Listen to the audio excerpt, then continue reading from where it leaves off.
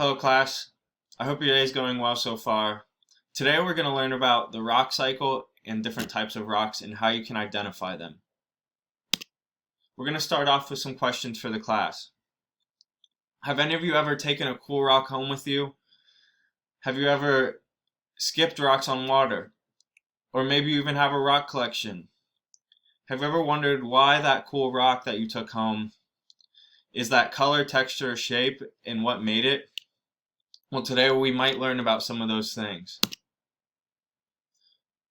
The learning goals today are as follows. Students will be able to define and identify igneous, sedimentary, and metamorphic rocks with regard to the rock cycle. And they will be able to gain an understanding of how a rock can move through the different stages of the rock cycle.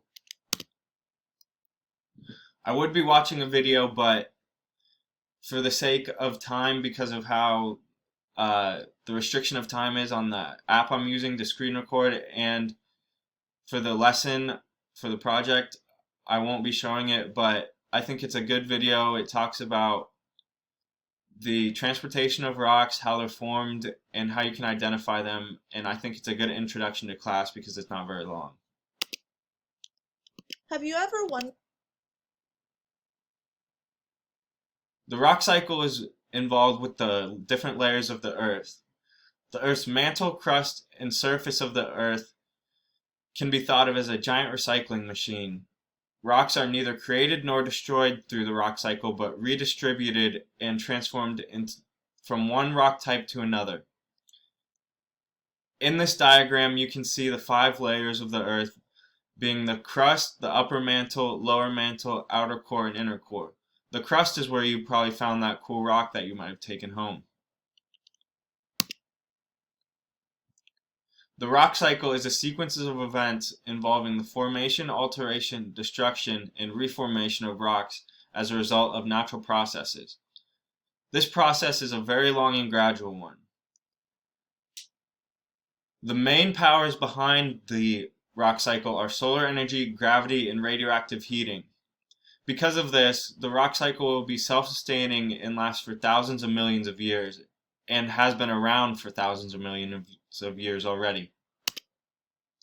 This diagram you'll see multiple times today. It is there to show you the different aspects that go into the rock cycle, such as weathering, erosion, compaction and cementation, heat and pressure, melting and cooling, as well as the 3 main types of rocks: igneous, metamorphic, and sedimentary. We'll be learning about those 3 types today and how you can identify them. Before we get into that though, there's some important vocabulary that you need to know. One of the terms that will come up in this lesson is grains. Grains are smaller pieces of rock or sediment that can be found in other rocks. Grain size is something that is used frequently to help decide what type of rock it is.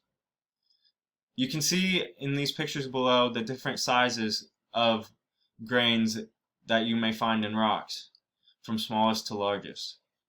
They can be different colors, different textures, and different shapes. Another term that I'm sure you are familiar with, at least in a visual state, are crystals. However, crystals are not what you may always think of them as you can see in the middle picture. Crystals are different atoms that are formed in a pattern. They can be big, small, fat, or thin. They are also used often to identify a type of rock. In the pictures below, you can see that they can be white and powdery, like on the left, the typical crystal, as you see in the middle, or maybe not even what you'd think of a crystal at all on the right. The first part of the rock cycle in rock type we're going to learn about are sedimentary rocks. In order to form sedimentary rocks, rocks are weathered, eroded, transported, deposited, and lithified to form sediments like sand, gravel, and dirt, which are then pressed together over a long period of time to become a new rock. They are dissolved by chemical weathering in the minerals of the rocks. The resulting dissolved compounds depend on the composition and depositional environmental factors that go into it. You can identify sedimentary rocks by looking for visible grains that they are made up of, And these rocks also have visible layers often and are softer than metamorphic or igneous rocks. In the pictures below, from left to right, examples of sedimentary rocks are sandstone, limestone, and shale. You can see the clear layers in the sandstone and shale and the clear grains in the limestone. Also, limestone is often used in construction because it is a soft rock that is easy to form into any shape you desire. The next part of the rock cycle we are going to learn about is igneous. Igneous rocks form from molten rock known as magma or from molten rock known as lava. Magma refers to molten rock that is found underneath the Earth's crust, and lava is molten rock that is above it. Any existing rock, whether it is igneous, metamorphic, or sedimentary, can be subjected to enough heat that it can be caused to melt and form a new igneous rock.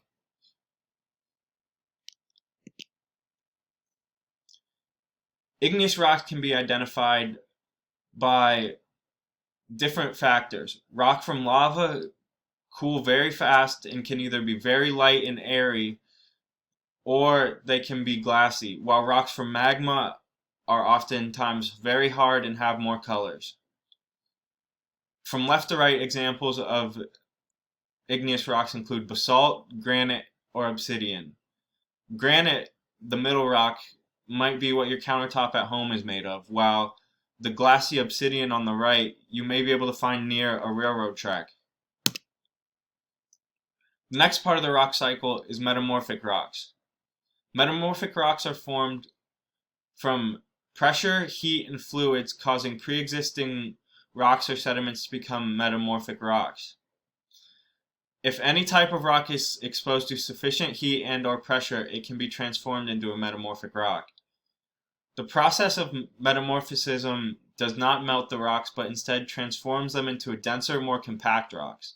New minerals are created either by rearrangement of mineral components or by reactions of fluids either that enter the rocks.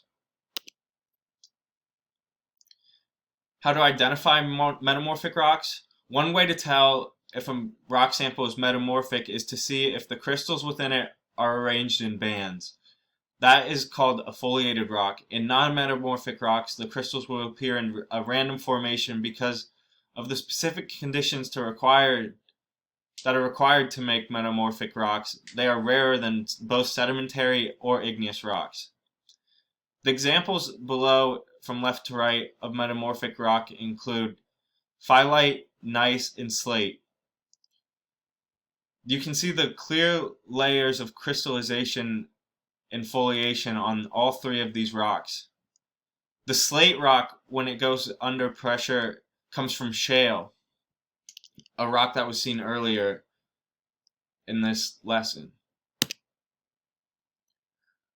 The order of the rock cycle does not go in just one direction. Any given rock can go through any part of the rock cycle any number of times. So we're going to go through some review questions to end this lesson. Can any of you guess what these three types of rocks are?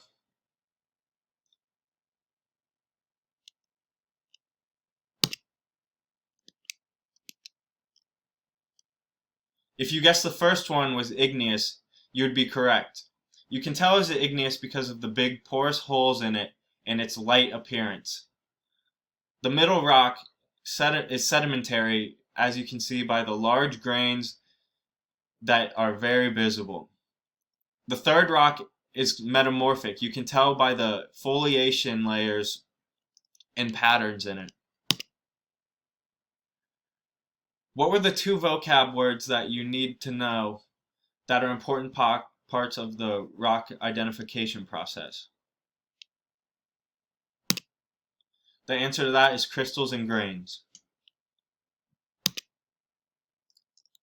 Which rock type is formed from high pressure put on other rocks?